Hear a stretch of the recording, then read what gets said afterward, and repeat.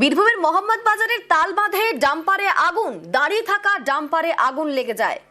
আমাদের সঙ্গে রয়েছেন প্রতিনিধি সুপ্রতিম, কি ঘটনা, কিভাবে আগুন লাগলো? দেখো, বীরভূমের মোহাম্মদবাজার থানা এলাকার তালবাঁধার যে প্রাথমিক এলাকা রয়েছে এবং সেখানে কিন্তু দাঁড়িয়ে থাকা ডাম্পারে হঠাৎই আগুন লক্ষ্য করে স্থানীয়রা।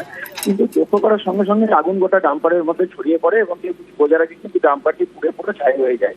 তবে যেটা প্রাথমিক অনুমান তাতে বোঝা যাচ্ছে যে ডাম্পারের যে ইন্টারনাল যে কানেকশন রয়েছে ইলেকট্রিক্যাল, শর্ট সার্কিটের জন্যই এই ঘটনা। যদিও কিন্তু এই ঘটনায় কোনো মানুষের কোনো ক্ষতি হয়নি, তবে ডাম্পারটি কিন্তু পুরোপুরি ছাই হয়ে গেছে।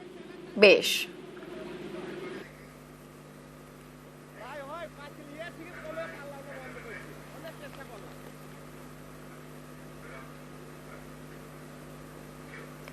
গতকাল থেকে মেট্রোয় রিটার্ন টিকিট, 15 বছর পর মেট্রোয় ফিরল রিটার্ন টিকিট। পরীক্ষামূলকভাবে শুরুর রিটার্ন টিকিট 2011-তে মেট্রো স্ট্রিপ টিকিটের বদলে টোকেন চালু হয়। টোকেনের রিটার্ন টিকিট বন্ধ করে দেয় মেট্রো। এবার কাগজের কিউআর কোড টিকিটের রিটার্ন জার্নি।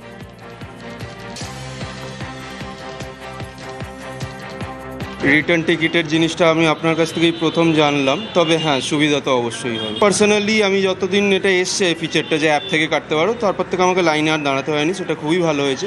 রিটার্নটা আরও সুবিধা হলো, কারণ পরের বারে এসে আমি ভুলে যেতাম যে টিকিটটা আমায় কাটতে হতো, সেটা আর হবে না। আশা